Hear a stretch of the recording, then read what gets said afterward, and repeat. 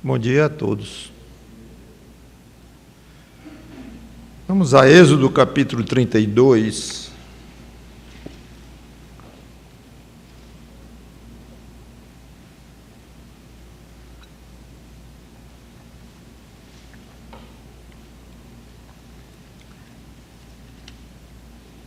Êxodo capítulo 32.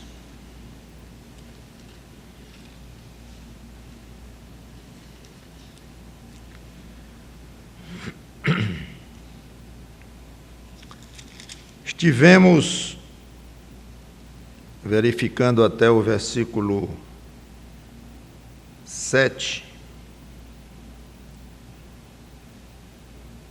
Na realidade, até o versículo 6, 32, do 1 a 6, quando o povo, de uma maneira muito infiel, enquanto Moisés estava lá no monte com Deus, o povo achou que ele estava demorando demais e alguma coisa aconteceu a ele, então se desviou e fez aquele famoso bezerro, infame bezerro de ouro. Já vimos isso.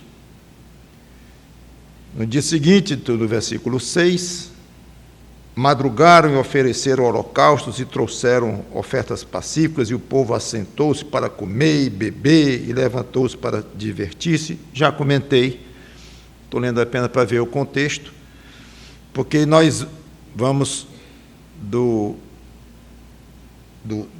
da parte baixa do plano, onde eles estavam, não vou dizer no pé do monte, mas espalhados ao redor do monte, que era muita gente. Vamos subir para o monte mais uma vez e está lá Moisés, que passou 40 dias lá, no final dos 40 anos. Lá no versículo 18, não precisa ler, do 31, antes de falar no bezerro de ouro, diz: e tendo acabado de falar com ele no monte Sinai, deu a Moisés as 2 tábuas do testemunho, tábuas de pedra escritas pelo dedo de Deus. Pronto. Aí muda a cena lá para baixo, para o que o povo fez com o bezerro de ouro. Aí no versículo 7, retoma para o diálogo de Deus com Moisés. Então vemos a reação de Deus. Então, versículo 7, 32 e 7, Êxodo.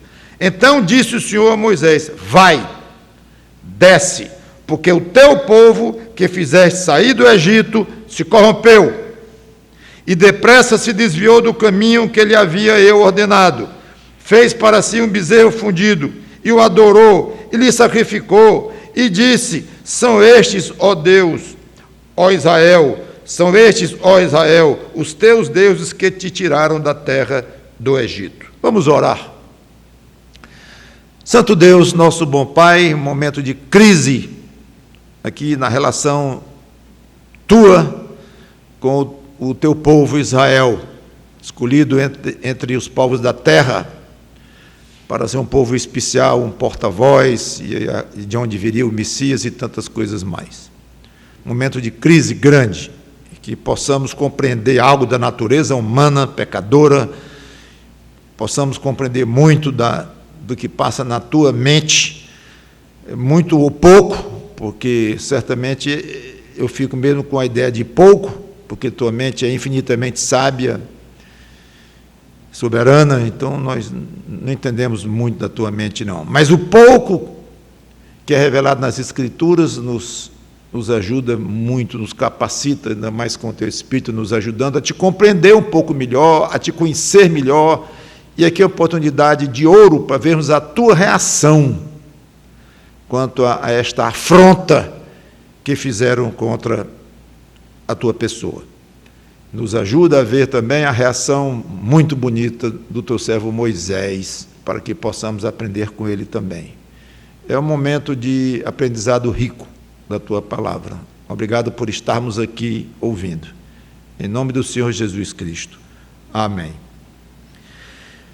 Então, Deus não esconde o fato de estar profundamente irado com a idolatria do povo e o acusa de se corromper. povo se corrompeu. No original, no hebraico lá, a palavra é deteriorar, arruinar, não quer dizer, de uma maneira particular, a ideia de uma corrupção financeira, nem mesmo corrupção sexual. Pode até incluir, porque a ideia é geral, é deteriorar mesmo, estragou. O povo se estragou lá embaixo. Ruinou-se. Essa é a ideia. Não sei se vocês perceberam a sutileza. A mágoa de Deus é tão grande que ele nem quis mais chamar Israel de povo dele. Vocês perceberam? Olha aí a atenção para as sutilezas das Escrituras. Sutilezas que devem gritar aos nossos ouvidos de importantes que são. Olha o versículo 7. Então disse o Senhor a Moisés: vai e desce, porque o teu povo, que tu fizeste sair do Egito. É impressionante. Ele ficou com tanto desgosto, que é como se dissesse: eu não estou envolvido nisso aí não, eu saio fora disso. Tu fizeste isso, agora não é no sentido de culpar Moisés, tu és o culpado, não, mas dizer assim: eu não quero mais nada com esse povo não. É isso aí o que está no coração de Deus, porque é isso que nós vemos com a reação dele logo depois disso. Eu não quero mais esse povo não, vou sair fora disto. É forte, é muito forte. Poucas passagens na Bíblia eu tenho notado o antropomorfismo mais forte do que esse. O que é se creditar a Deus características humanas, mais ou menos isso. A maneira como Deus fala, a maneira como Moisés fala com Deus, como nós vamos ver, é como se Deus fosse um homem, ali ao lado de Moisés. É impressionante isso.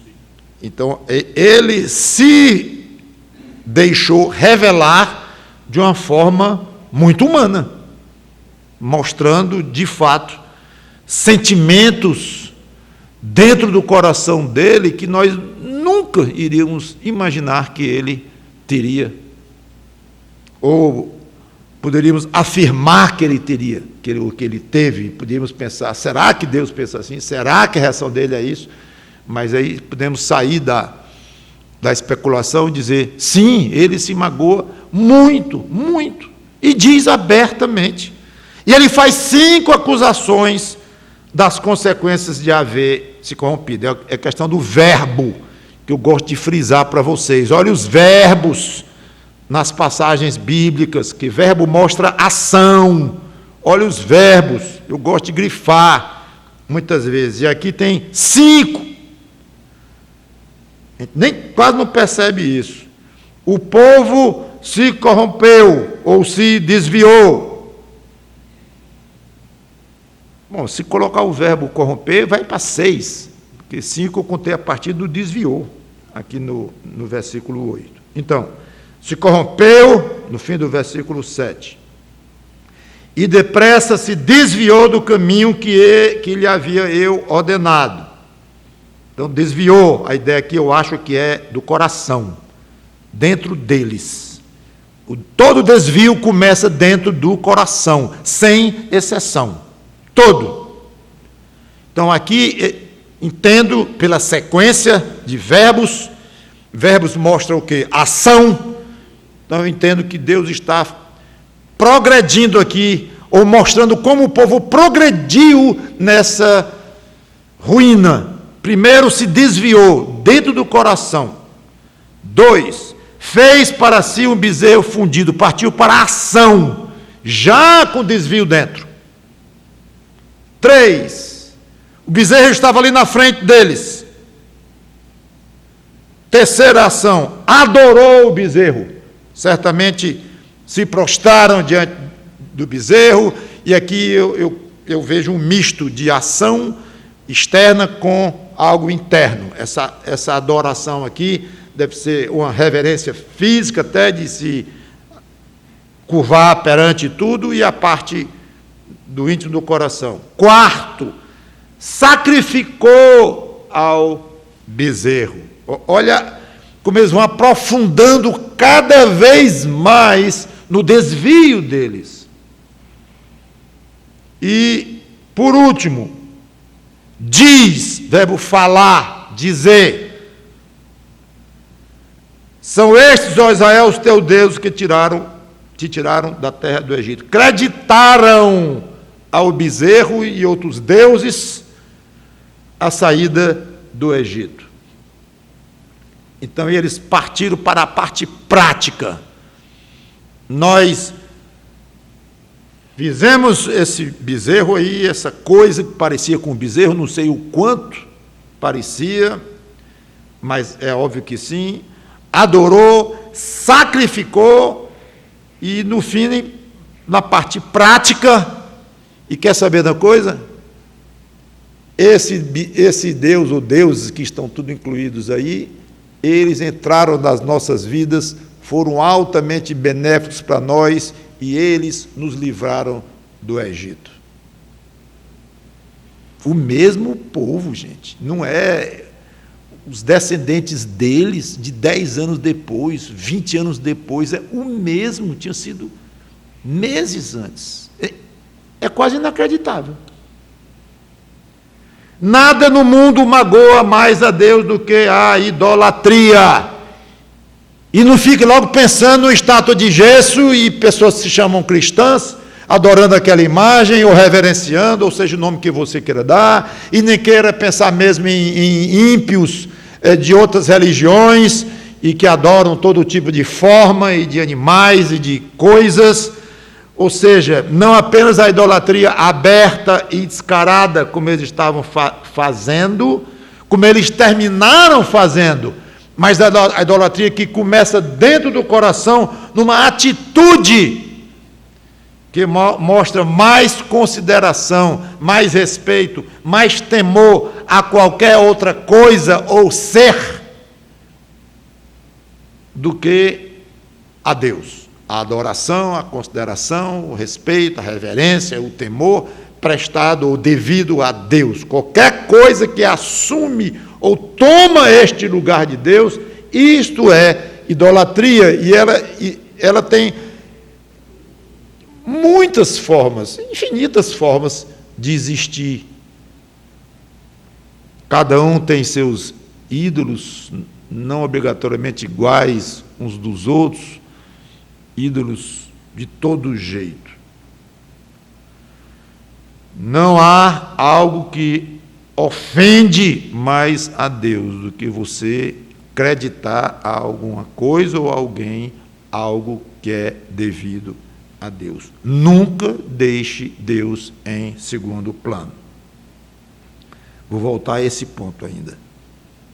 Pergunto se você tem dado motivos a Deus para que Ele não tenha gosto de lhe chamar de filho dele. E aqui, para os que estavam na quarta-feira, nós tocamos neste ponto, inclusive, eu, para Cristo não ter prazer em lhe dizer que lhe salvou da condenação, morrendo por você. Se você tem dado motivos, algum motivo a Deus para... Que tipo de sentimento no coração de Deus você tem despertado? O seu comportamento, a sua vida tem causado no coração de Deus que tipo de reação? Ó mulher, grande é a tua fé! Explodiu de alegria lá o Senhor Jesus Cristo, o brado dele. Bonito. Aí por outro lado aqui, aí Moisés, teu povo aí, ó. Opostas, reações opostas do coração de Deus, do mesmo Deus, do nosso Deus, hoje. Seria muito interessante, a palavra interessante eu estou usando aqui, mas poderia ser chocante e poderia ser agradável, não sei. Você ter acesso ao arquivo de Deus, do sentimento dele, que você tem despertado no coração dele. Veja aí, fulano de tal, meu nome lá, como é que o meu comportamento, a minha atitude para com Deus tem causado a Deus que tipo de reação? Como Jesus exclamou da mulher lá, como Deus aqui, e nós vemos os dois tipos de reação ao longo das Escrituras. Versículos 9 e 10. Disse mais o Senhor a Moisés: tenho visto esse povo, e eis que é povo de dura cerviz, pescoço duro, não baixa. Agora, pois, deixa-me, para que se acenda contra eles o meu furor, e eu os consuma, e de ti farei uma grande nação. A ira de Deus assume proporções gravíssimas, a própria existência do povo aqui estava correndo perigo. E Deus disse para Moisés: sai ao lado aqui, Moisés, me deixa aqui que eu vou agir agora sozinho, e vou agir contra o povo, eu vou eliminar o povo. E mais, eu apenas não vou lhe eliminar, inclusive Moisés estava lá com Deus quando o povo fez aquilo, eu não apenas não vou lhe eliminar, mas ele disse uma coisa que Moisés não deve ter nem acreditado: vou fazer um povo de você, um novo. Pergunta curiosa, entre aspas, especialmente para os que gostam mais de descer na teologia, nas especulações saudáveis, ando com medo de especulação teológica. Seja como for, muitas vezes é saudável você especular teologicamente e querer ver o que a Bíblia responde, o que a Bíblia diz ou orienta e tal. Mas aqui está uma pergunta interessante. Eu poderia simplesmente pular e continuar meu texto, mas eu gosto de mexer com vocês no bom sentido, para que vocês adquiram mais largueza nas coisas das Escrituras. Era possível Deus ter feito isso? Era possível Deus ter feito isso?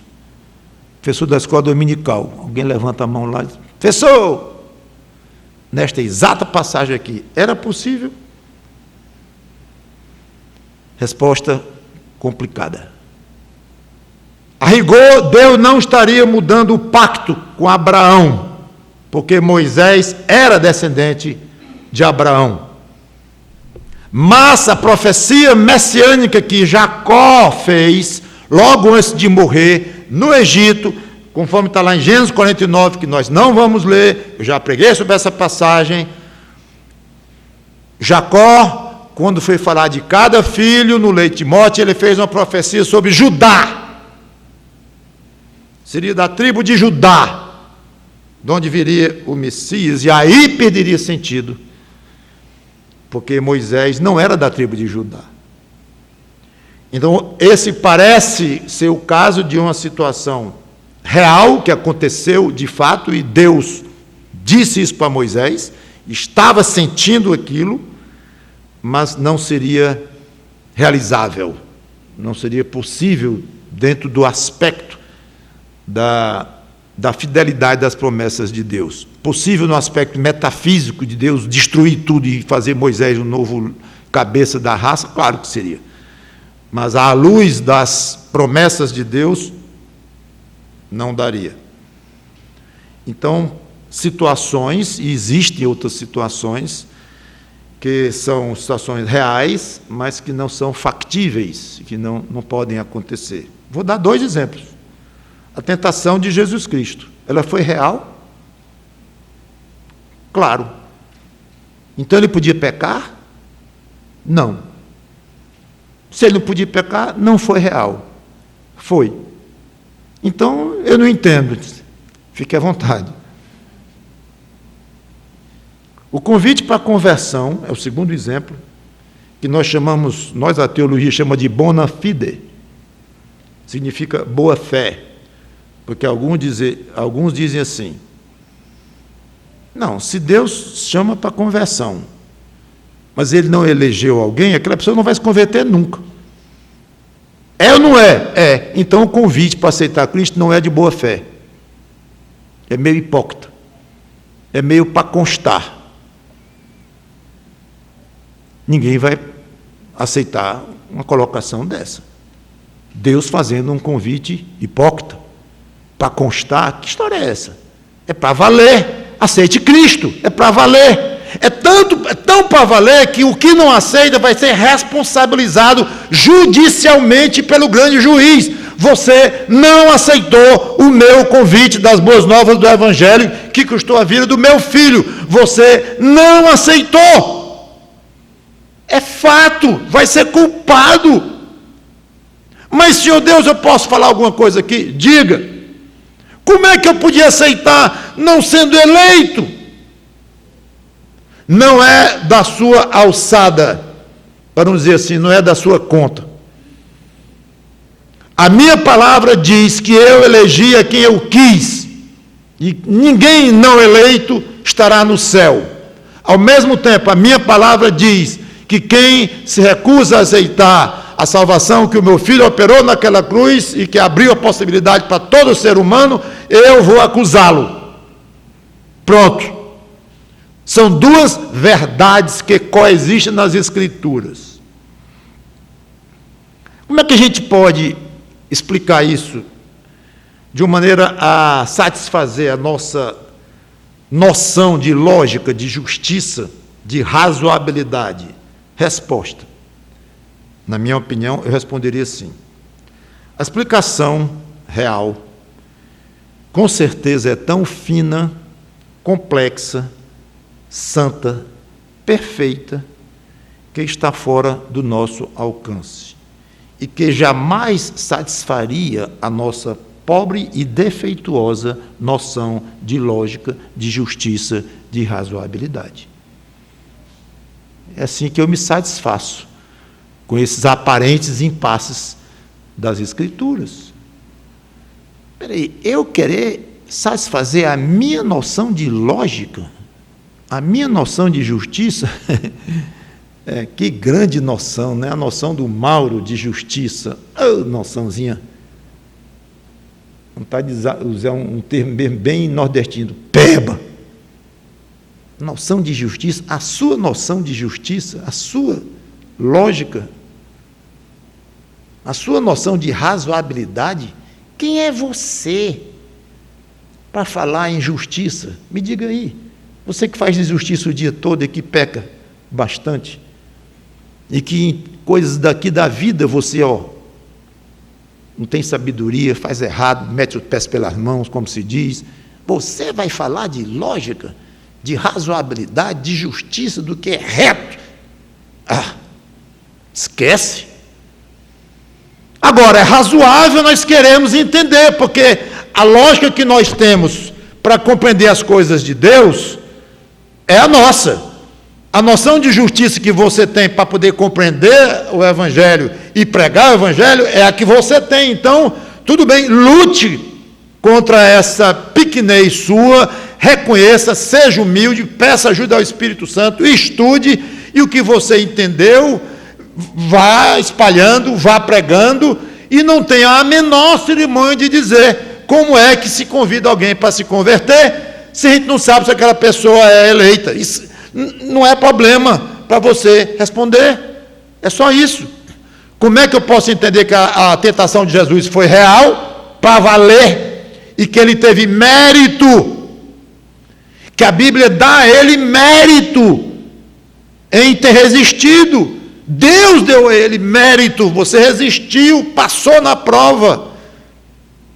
Ora, mas se ele era Deus e não podia pecar, ora, e até eu. Não é assim que se encara. Se a Bíblia dá mérito, é porque tem mérito. E se Deus valorizou a fidelidade de Jesus Cristo, do homem Jesus Cristo, para segurar as tentações, é porque a tentação era real. Mas se era real, então ele podia pecar. Não. Então não adianta. Como Deus, ele não podia pecar, e como ele era homem e Deus ao mesmo tempo. É uma situação complicadíssima, mas o fato é que vamos voltar para Moisés. Então fecha o parênteses aí para os mais curiosos, para os que gostam mais de aprofundar.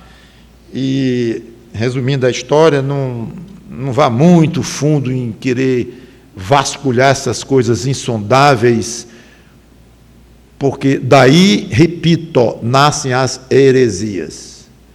Ok? É dessa obstinação. Isso eu tenho que entender.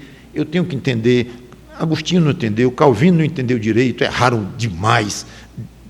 Acertaram demais, mas erraram, não teve nenhum que só fez acertar. Até Paulo deve ter errado muito quando não estava escrevendo as Escrituras. Quando escreveu as Escrituras, errou zero. Ninguém das Escrituras que escreveu errou, mas Paulo errava direto, lógico, como qualquer ser humano. Então, não tem isso. Eu vou me acostumar com esse fato e vou adorar a Deus assim, desta forma. Pronto. Bom, e quanto a Moisés? Já pensou na honra de ser convidado para ser a origem de um povo? Que proposta atraente, espetacular Deus faz para Moisés. Será que Moisés se sentiu tentado ou inclinado a aceitar? Versículos 11 e 13 de Êxodo 32. De ti farei uma grande nação, né? Versículo 10. Aí no 11, porém, Moisés disse, Senhor, quem sou eu? Com aquele riso de que está todo envaidecido, quem sou eu? Não mereço tanta honra. Querendo, né? Não. Poisés suplicou ao Senhor, seu Deus, e disse, por que se acende, Senhor, a tua ira contra o teu povo? Teu povo, ele devolve o teu. Deus disse que era o teu povo para Moisés. Olha, é impressionante o diálogo. Moisés devolve o termo, não, meu não, Senhor. O teu povo, e vai mais fundo, que tu tiraste da terra do Egito com grande fortaleza e poderosa mão. Não foi eu, não. Não diga que foi eu não, Senhor, porque não foi, eu não tenho esse poder, eu não tenho essa mão poderosa, quem tirou esse povo lá, foste tu. Que diálogo! Porque hão de dizer os egípcios com maus intentos, porque hão de dizer os egípcios o seguinte, com maus intentos os tirou, para matá-los nos montes e para consumi-los da face da terra. Porque vão dizer, torna-te do furor da tua ira e arrepende-te deste mal contra o teu povo. Lembra-te de Abraão, de Isaque e de Israel. Israel era Jacó. Já falei em Jacó na promessa que Deus fez via Jacó para ajudar. Lembra-te da promessa, lembra-te de Abraão, de Isaque e de Israel, ou Jacó, teus servos, aos quais por ti mesmo tens jurado, e lhes disseste, multiplicarei a vossa descendência como as estrelas do céu, e toda esta terra de que tenho falado, dá-la-ei à vossa descendência, para que a possua por herança eternamente. É uma das passagens mais impressionantes das Escrituras, essa daí, em termos do diálogo com o ser humano e Deus. Entre um ser humano e Deus. Ele começa praticamente corrigindo Deus no que Deus tinha dito, que o povo era de Moisés e Moisés tinha tirado o povo do Egito. Não, meu não, és tu. Olha, corrigir Deus. Não aceita a proposta, recusa uma proposta de Deus e dá 3 motivos. Primeiro, tu escolheste aquele povo para ser o teu povo. Eu não vou entrar nisso, não. E não tem sentido tu quereres mudar isso. Só faltou dizer isso para Deus. Segundo, os egípcios vão falar mal de ti. Vão dizer que tu tiraste o povo do Egito para matar tudinho. Tu não queres matar agora todos eles, ficar só eu, e de mim sair um povo novo? Tu estás vendo, Senhor, o motivo que tu estás dando para o povo malicioso, queria matar. Terceiro, lembrou a Deus que Deus fizera aliança com Abraão, Isaque e Jacó. Vai voltar a estaca zero? O que vemos então é difícil de acreditar. Moisés corrige a Deus, recusa o convite de Deus e ainda termina dizendo como é que Deus queria fazer. Deveria fazer, quase uma repreensão, para que se afastasse daquela ira e se arrependesse. Se arrependa! Um homem dizendo para o próprio Deus. É muita ousadia. Aí Deus pulverizou Moisés e a história encerrou. Versículo 14. Então se arrependeu o Senhor do mal que dissera havia de fazer ao povo. Não dá. Não dá para entender bem. Dá. E é isso que eu quero terminar, tentando ver com vocês como é que Deus permitiu isso e uma situação dessa aconteceu. A narrativa continua a nos surpreender. Já estávamos assim, como é que Moisés diz isso para Deus? Mas ele vai ver agora, vai ver só o tamanho da ousadia dele. Aí no 14, Deus aceitou tudo que Moisés sugeriu e ainda se arrependeu.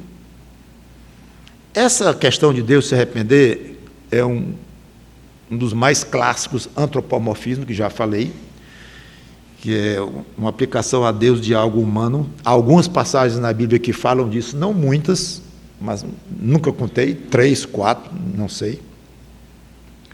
E, obviamente, não significa que Deus tinha decidido fazer uma coisa errada ou uma coisa pecaminosa e se arrependeu no sentido de que o ser humano, nós, conhecemos arrependimento de que quer fazer uma coisa errada, ofensiva ao próprio Deus, chegamos à conclusão de que não era para ter feito aquilo, nos entristecemos e confessamos a Ele, então não passa nem perto.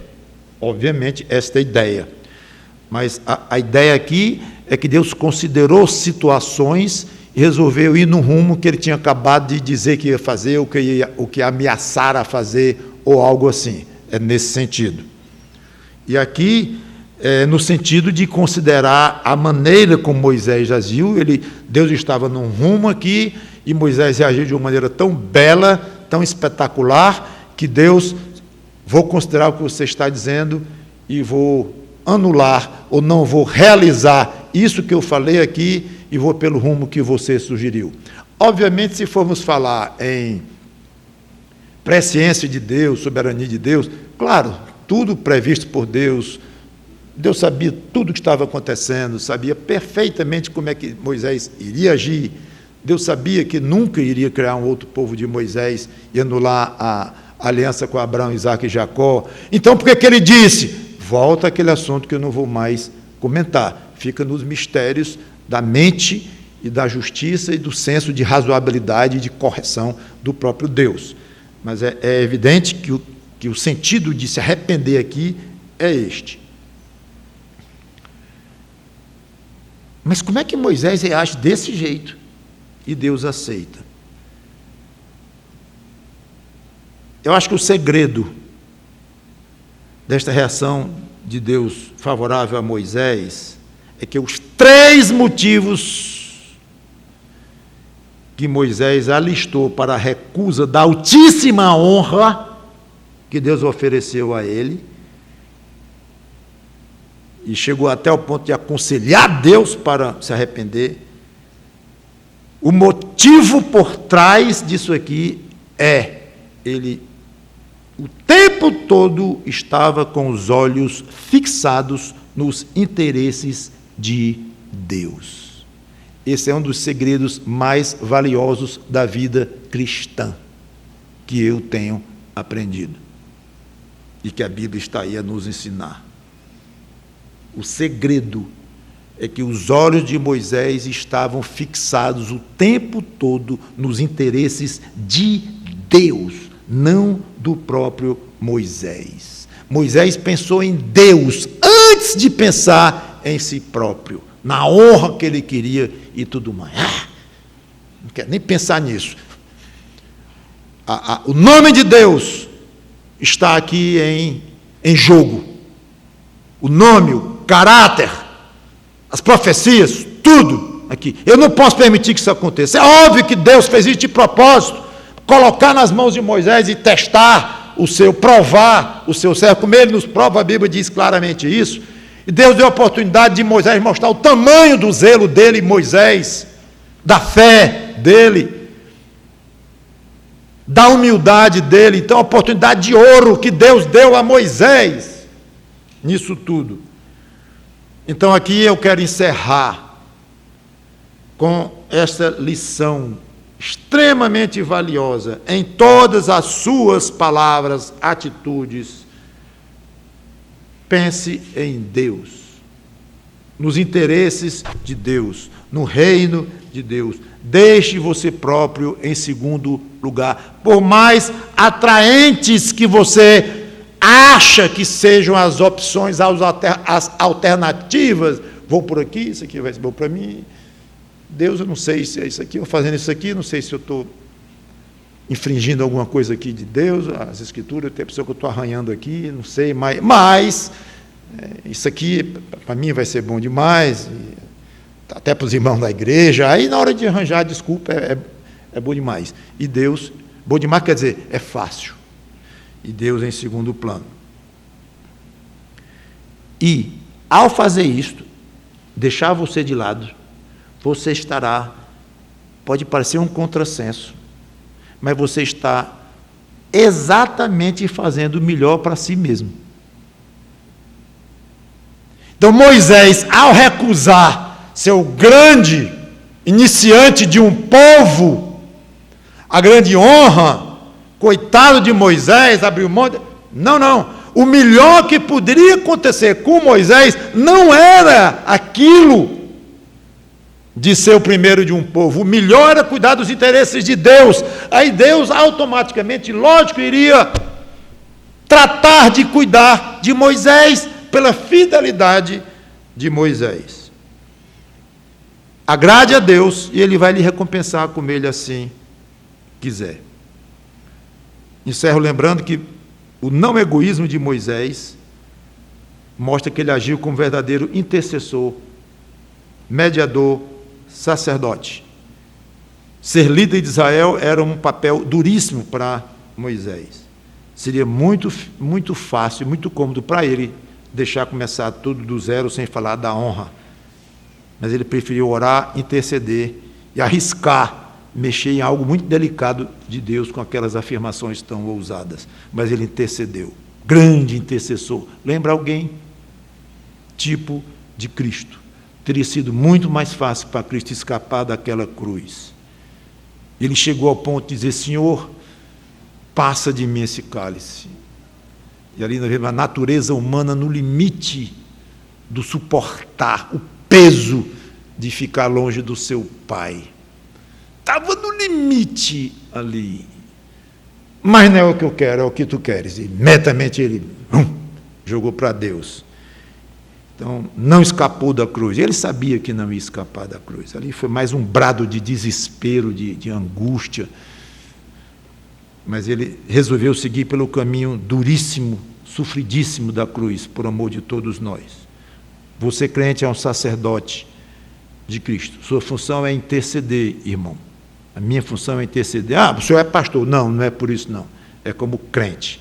Qualquer crente é um embaixador de Cristo, é um intercessor e deve lutar pelos interesses, pela proteção, interceder diante de Deus pelos irmãos, depois, obviamente, de tudo fazer para os interesses do próprio Deus. Vamos orar. Obrigado, Senhor Deus, pela Tua palavra, que o Teu Espírito Santo nos ajude a aprender essas coisas e a vivê-las. Em nome do Senhor Jesus Cristo. Amém.